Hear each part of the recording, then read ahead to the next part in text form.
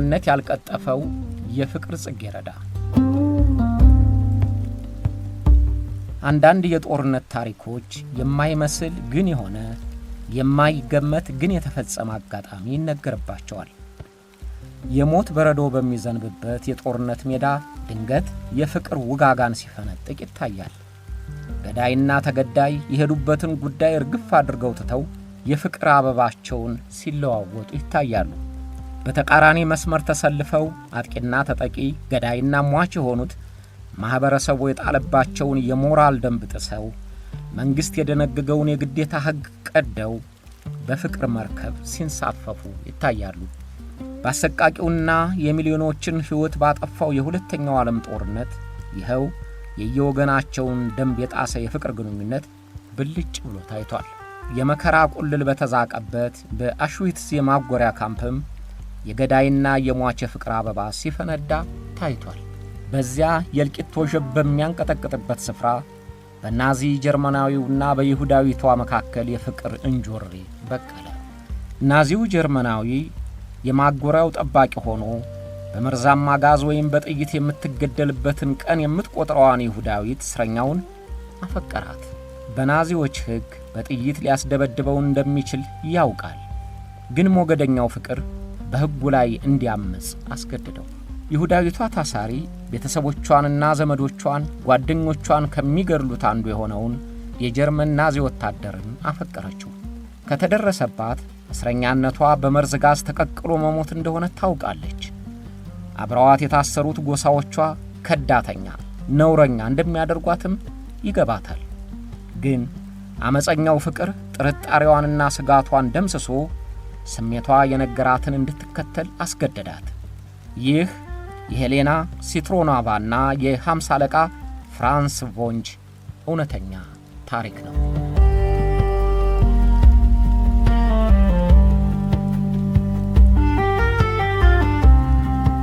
የሄሌና ስትሮቫና የፍራንስ ቮንጅ የፍቅር ታሪክ ረጅምም አጭርም ነው። አጭርነቱ በሰቀቀን በስጋትና በድብቅ ያሳለፉት ፍቅር ከ3 ዓመት ያልበለጠ መሆኑ ነው። ረጅምነቱ እስካሁንም ድረስ የሚተረክ ትውልድ እየተቀባበለው ለዘመናት የሚተላለፍ መሆኑ ነው። የሁለቱ ፍቅር ጅማሬና መጨረሻ 79 ዓመታት አስቆጥሯል። ግን አሁንም የሚደመጥ ታሪክ እንደሆነ ነው። የፍቅራቸው አጀማመርና ፍጻሜው መጽሐፍ ተጽፎበታል። ዶኩመንተሪ ፊልም ተሰርቶበታል። የኦፔራ ሙዚቃ ተደርሶበታል።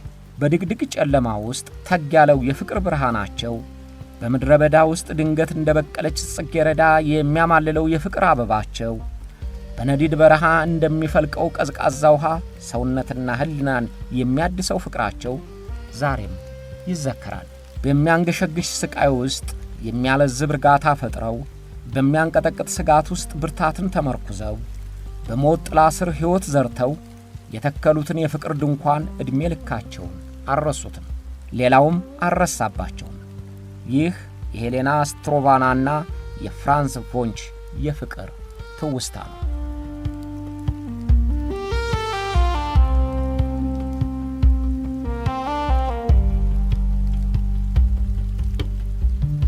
ወደ ሁለተኛው የዓለም ጦርነት እንመለስ። ታላቋ ፈረንሳይ በሂትለሯ ጀርመን ተሸንፋ ምድሯን ጀርመኖች ከተቆጣጠሩት በኋላ እንግሊዝም በየግንባሩ ስትሸነፍ ሂትለር የሚቋቋመው ኃይል እንደሌለ አረጋገጠ። የፈለገውን ለመፈጸም እንደሚችልም አመነ። ከፍላጎቶቹም አንዱ ይሁዳውያንን ከምድረ ገጽ ማጥፋት ነበር። በዚያን ጊዜ ከአውሮፓ ሀገሮች በጀርመን ያልተወረረችው ግን የሂትለር ፈቃድ ፈጻሚ ሆና በሀገርነት የቀጠለችው ስሎቫኪያ ብቻ ነበረች። የስሎቫኪያ ራስ ገዝ መንግሥት ቀደም ሲል ከጀርመን ጋር የትብብር ውል ፈርሞ ስለነበር የነ ፖላንድ ዕጣ አልደረሰበትም። ስለዚህ ሂትለር የስሎቫኪያን መንግሥት ፕሬዝዳንት ጆሴፍ ቴሶንና ጠቅላይ ሚኒስትሩን ጠርቶ የሚፈልገውን ነገራቸው። ይሁዲዎችን ከግዛታቸው እንዲያስወጡ፣ ሞዴሬት የተባለው የፖለቲካ ፓርቲ ተወግዶ አፍቃሪ ጀርመን የሆነው የፖለቲካ ፓርቲ ብቻ ስልጣን እንዲይዝ ነገራቸው። ነገሩ ትዕዛዝ እንጂ ውይይት አልነበረም። ትዕዛዙን ካልፈጸሙም የትብብር ውሉን እንደሚሰርዝ ነገራቸው። ይህ ማለት እናንተም የነ ፖላንድ ዕጣ ይደርሳችኋል ማለት እንደሆነ የስሎቫኪያ መሪዎች ገብቷቸዋል። ስለዚህ የሂትለርን ፈቃድ ለመፈጸም ቆረጡ።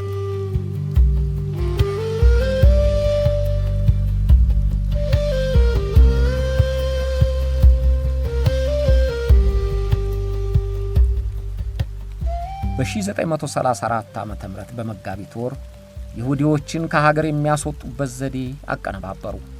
ይሁዳውያን በስሎቫኪያ እንደ ሌሎች አውሮፓ ሀገሮች ሁሉ ለዓመታት ሳይሆን ለዘመናት ኖረዋል። እስከዚያም ድረስ የበረታ ተቃርኖ ኖሯቸው አያውቅም። ያን ጊዜ ሂትለር ይሁዲዎችን ከምድረ ገጽ የማጥፋት እቅዱን ለማስፈጸም ሲነሳ የስሎቫኪያ መንግስትም ፊቱን አዞረባቸው። ቀን ለጎደለበት የሚያግዘውም የሚረዳውም የለምና የስሎቫኪያ መንግስትም አይናችሁ ላፈር አላቸው። በዚያን ጊዜ በስሎቫኪያ 90,000 የሚደርሱ ይሁዲዎች ይኖሩ ነበር።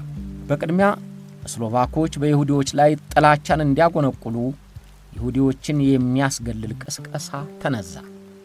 ይሁዲዎች ሀብታም የሆኑት በእኛ ሀብት ነው፣ በዝብዘውናል የሚሉት ቅስቀሳዎች ከዚያ በፊት ይሁዲዎች በጠንካራ ሠራተኝነታቸውና በጥንቁቅ ገንዘብ አወጣጣቸው ሀብት እንዳፈሩ ይነገር የነበረውን እንዲደመስሰው ተደረገ። ድርጊትን ነገር ይቀድመዋልና ከቅስቀሳው በኋላ እርምጃው ተከተለ። የስሎቫክ መንግሥት ጀርመን በወረረቻቸው የአውሮፓ ሀገሮች ተግባራዊ የሆነውን የይሁዳውያንን ኮድ የሚባለውን ሕግ ተቀበለች። 270 አንቀጽ ያሉትንና የይሁዳውያን ኮድ ተብሎ የሚታወቀውን ሕግ የተቀበለችው ስሎቫኪያ በስሎቫክ ይሁዲዎች ላይ ማዕቀቧን ጣለች።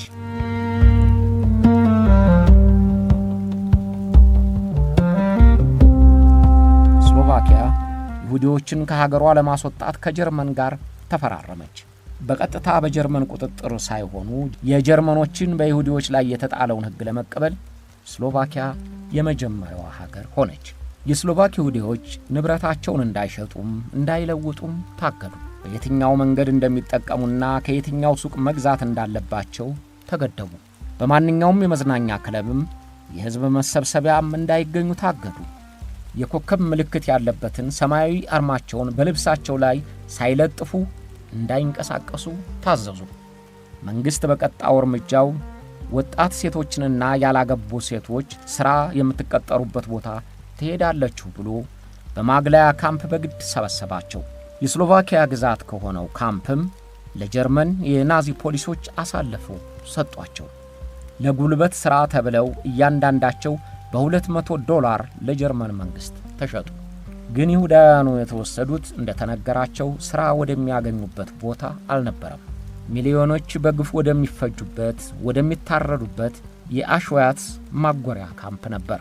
በፖላንድ በተገነባው የማጎሪያ ካምፕ በ1935 ዓ.ም ባሉት 8 ወራት ብቻ የተሰበሰቡት 58,000 ስሎቫክ ይሁዲዎች አሽዋትስ ደረሱ።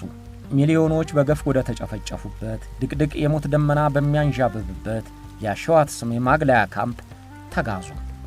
ከነዚያ ወደ አሽዋትስ ከተወሰዱት የመጀመሪያዎቹ የስሎቫክ ይሁዲዎች አንደኛዋ ሄሌና ሲትሮኖቫ ነበረች።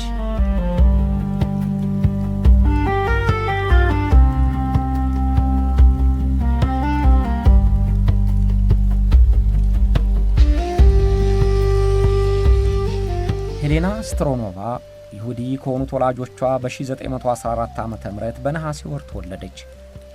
በተወለደችበት ሐማኔ ከተማ ከሁለት ወንድሞቿና ከአንድ እህቷ ጋር ወጣትነቷ የሚያሳያትን ብሩህ ተስፋ እያሰበች በደስታ ነበር ያደገችው።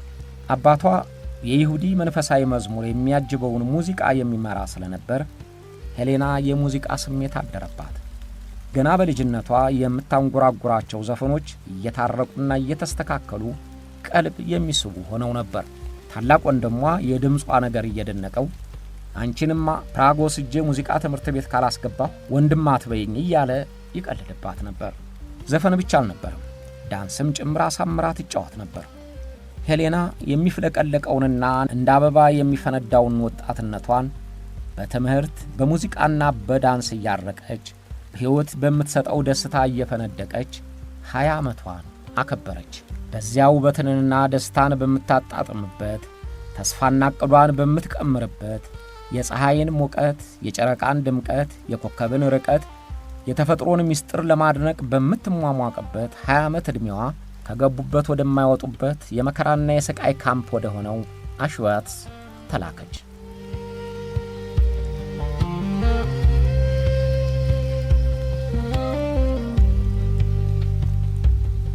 ሲትሮኖቫ ከቤተሰቦቿ ሁሉ ቀድማ ወደ አስከፊው የአሽዋትስ ማጎሪያ ካምፕ የተላከችው 1000 ከሚሆኑ ታዳጊዎችና ያላገቡ ሴቶች ጋር ነበር።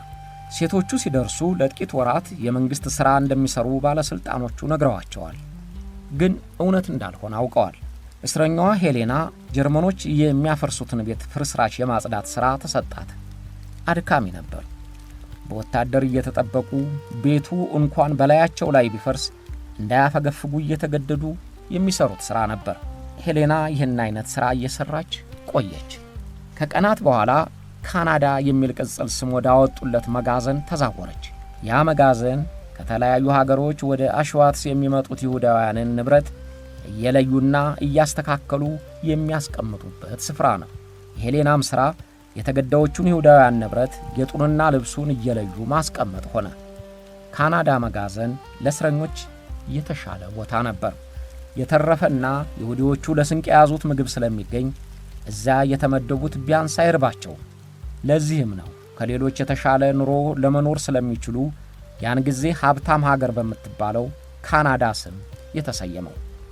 ሄሌና በዛ መጋዘን መመደቧ እንደ ዕድለኛነት ተቆጥሮላታል።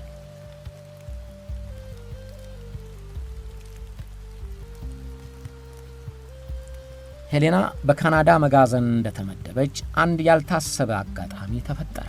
ጀርመናዊቷ የሴቶች እስር ቤት ኃላፊ ከእስረኞቹ መካከል መዝፈን ወይም እነዚህን የመሳሰሉ ደስታን የሚፈጥሩ ክንውኖች ለመፍጠር ችሎታ ያላቸው መኖራቸውን እየጠየቀች ነበር። ሄሌና በአሽዋትስ ቆይታዋ ስታንጎራጉር የሰሟት እስረኛ ጓደኞቿ ጠቆሟት። ያን ዕለት የእስር ቤት ኃላፊዋ ዘፋኝ የፈለገችው የአሽዋትስ የማጎሪያ ካምፕ ጠባቂና የኤስኤስ አባል የሆነው 50 አለቃ የልደት ቀኑ ስለሚከበር ዝግጅቱን ለማሞቅና ለማድመቅ ነበር። የልደት በዓሉ የሚከበርለት የናዚው ወታደር 50 አለቃ ፍራንስ ቮንች ነበር።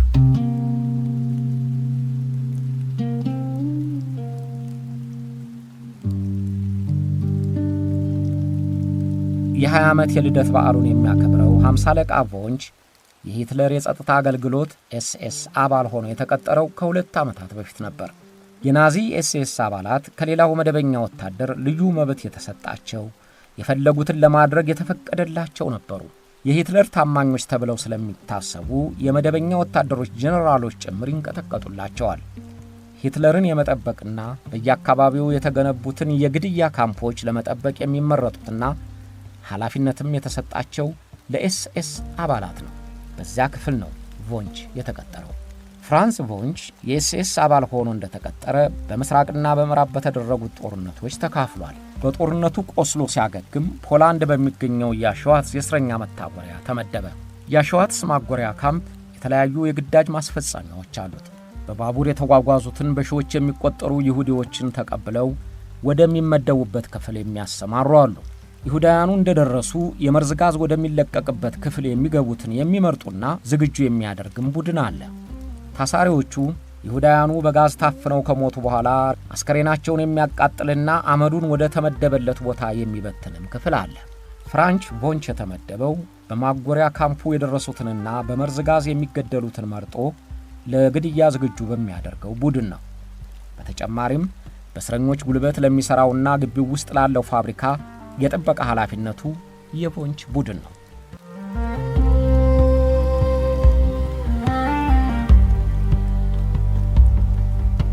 ሃምሳ አለቃ ቮንች በኋላ እንደተመሰከረበት አረመኔ ተብለው ከሚመደቡት የናዚ ጠባቂዎች አንዱ ነው።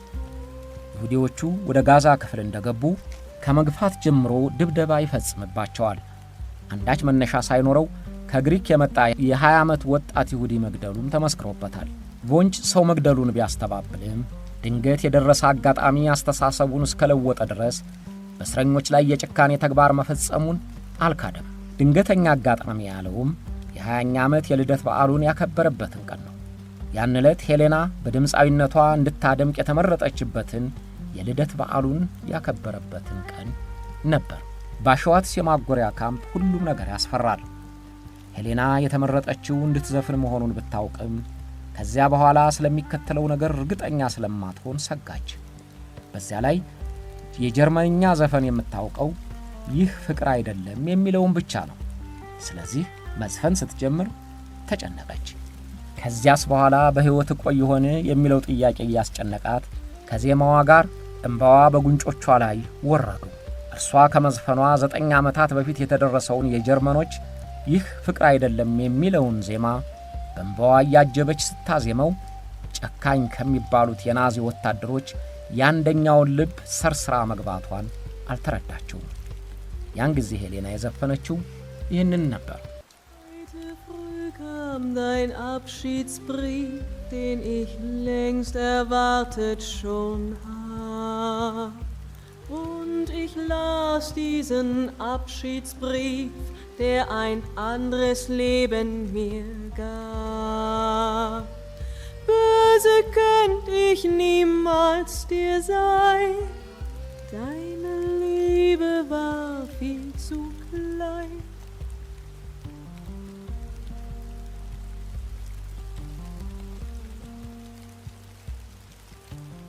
ዘፈኗን ስትጨርስ እባክሽ እንደገና ደግመሽ ዝፈኝልኝ የሚል ትህትና ያጀበው ድምፅ ሰማች። ያችን ይሁዳዊ እስረኛ፣ ሞቷን በየቀኑ የምትጠብቅ እስረኛ፣ እንደ ሰው ሳይሆን እንደ ዕቃ በምትቆጠርበት እስር ቤት ሌት ተቀን የምትጠበቅ ወጣት እባክሽ የሚል ጥያቄ መስማቷን ተጠራጠረች። እንዲህ አይነት የትህትና ቃል ከሰማች ሰንብታለች። ስለዚህ በጆሮዋ የተጠራጠረችውን ባይኗ ለማረጋገጥ ሰውየውን ቀና ብላ አየችው። አረመኔዎቹ የሚሏቸውን የናዚ ኤስኤስ አባላት የደንብ ልብስ ለብሶ እባክሽ ብሎ የጠየቃት ልደቱ የሚከበርለት 50 አለቃ ፍራንዝ ቮንች ነበር። አይኑን አየችው። እነዚያ በይሁዲዎቹ ላይ ጥላቻ የሚተፉ በቁጣ እየነደዱ የሚጉረጠረጡ አይኖች አልሆኑባትም። ስሎቫኪያ ያለች የምታውቃቸው አይነት ሰዎች አይን ነበር። ያችን ሰዓት ምን አይነት ግምት እንደወሰደች ከ57 ዓመታት በኋላም አስታውሰዋለች። እንደሚጮህ እንስሳ አልነበረም። እባክሽ የሚለውን ቃል ሰማሁ። በእንባ ተሞልቼ ቀና ብዬ ሳየው የጀርመን ጠባቂዎቻችን የደንብ ልብስ ወታደር ነው። ያምላክ ያለ የማያቸው አይኖች የሰው ናቸው። እነዚያ የገዳይ አይኖች የት ሄዱ?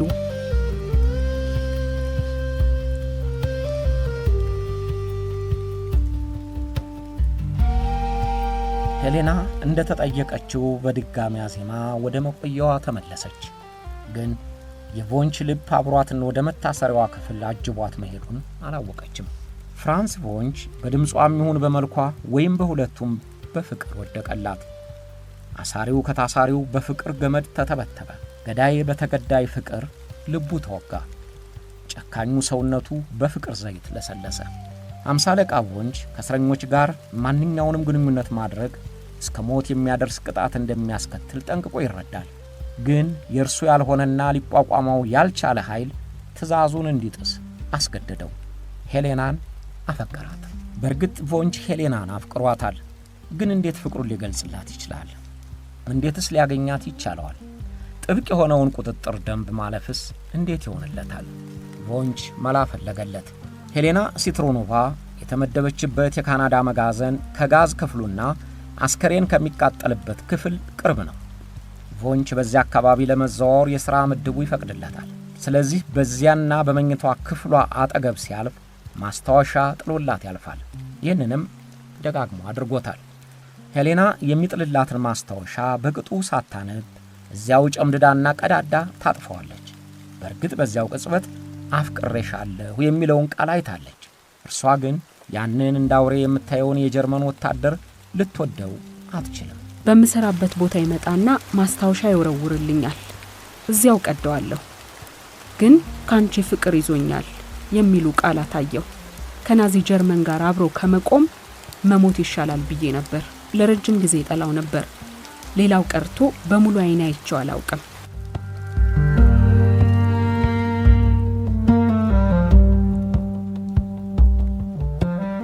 አንዳችም የሽታ ምልክትም አልሰጠችውም። እርሱም ቢሆን የእርሱን የውዴታ ስሜት ያስተላልፋል እንጂ የወደቀች ሕይወቷ በእርሱ ፈቃድ የተንጠለጠለ ነው ብሎ በቁጣና በሚያስፈራ ቃል አልተጫናትም። ሳይሰለች ፍቅሩን ይገልጻል እንጂ አፍቅሪኝ አላላትም። ሄሌና ግን እጅግ ትጠላው ነበር። ያን ጊዜ አንዲት ይሁዲ ለጀርመን ወታደር አይደለም የፍቅር አይኑን ለማየት እንኳን እንደ ኮሶ የሚመር ድርጊት ነበር። በየዕለቱ ወደ አሽዋትስ የሚመጡ ይሁዲዎችን ዕጣ ፈንታ እያየች የጀርመን ጠባቂዋን ለመውደድ አትችልም። ቮንች በሚያገኘው አጋጣሚ እሷን ማየቱን አላቋረጠም። ምግብ ይሰጣታል። ተጨማሪ ልብሶች፣ አንሶላና ብርድ ልብስ ጭምር ያመጣላታል። ቀናት አልፈው ወራት ቢተኩም የቮንች ጥያቄ አላቋረጠም።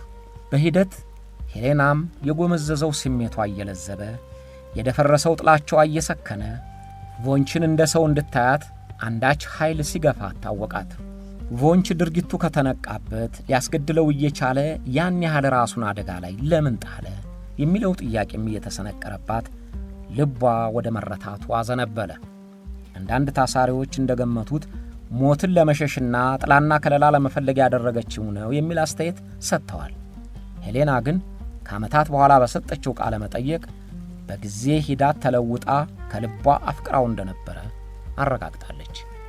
በመጀመሪያ እጅግ እጠላው ነበር። እንደ ሁሎቹም የጀርመን የጸጥታ አባሎች ዲያብሎስ ስለሆነ አጠገቡ እንኳን ለመቆም አልፈልግም። ግን ጊዜ ስሜት የለወጠው። ከአንድ ጊዜ በላይ ለኔ ሲል ሕይወቱን አደጋ ላይ ጥሎ ነበር። ጊዜ ባለፈ ቁጥር ከልብ ያፈቀርኩት። ፍራንስ ቮንችና ሄሌና ስትሮቫና ተዋደዱ። የእስር ቤት የደንብ ልብሷን ለብሳ የሟቾች ይሁዳውያን ሻንጣና ልብሶች፣ ጌጣጌጦች እየለየች እንድታስቀምጥ ሥራ የተሰጣት እስረኛ ሄሌና እስረኞችን እንዲገድልና ጥብቅ ጥበቃ እንዲያደርግ ከተመደበው ቮንች ጋር ሕግ ጥሰው እፍ ባለ ፍቅር ወደቁ። የሞት ደመና ቢያንዣብብባቸውም የፍቅራቸውን ግለት ለማብረድ አልፈቀዱም። በጥላቻ የተበተነውን የዘር ልዩነት በፍቅር ስም ገነቡት። ሞት በሚያንዣብብበት፣ ሚሊዮኖች በተገደሉበት፣ የመርዝ ጋዝ በሚረጭበት እስር ቤት የሕይወትን ተስፋ አበባ ቀጠፉበት። ዙርያቸውን የከበባቸውን እሾህም በፍቅር ወረንጦ ነቅለው ዛሬን ኖረው የወደፊቱን አቀዱበት። በተለይ ቮንች ከግር ጥፍሩ እስከ ራስ ጸጉሩ ይወዳት እንደነበረ ራሱም አረጋግጧል።